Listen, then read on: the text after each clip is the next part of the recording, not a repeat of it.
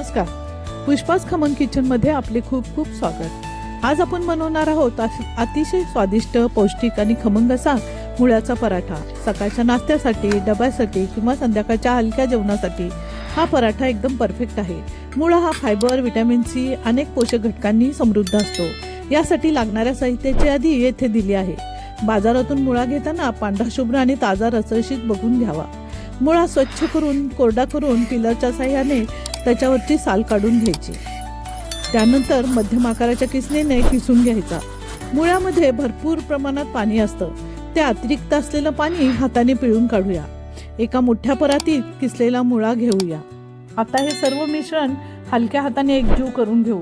रंगीबेरंगी मसाले आणि ताजी कोथिंबीर यामुळे हे मिश्रण खूपच आकर्षक दिसू लागते। हे मिश्रण मिक्स करताना हाताने चांगले चोळून एकत्र मिक्स करायचं आहे। तर यामध्ये लागेल तसे गव्हाचे पीठ थोडे थोडे घालत मिक्स करत मळून घ्यायचे आहे। जितके चांगले मळू तितकी पिठाची लवचिकता वाढते। आता या पिठाचे छोटे गोळे करून पोळपाटावर थोडे पीठ लावून गोल आकारात लाटून घेऊया। गरम तव्यावर हा पराठा सावकाश टाकून दोन्ही बाजूने भाजून घेऊया।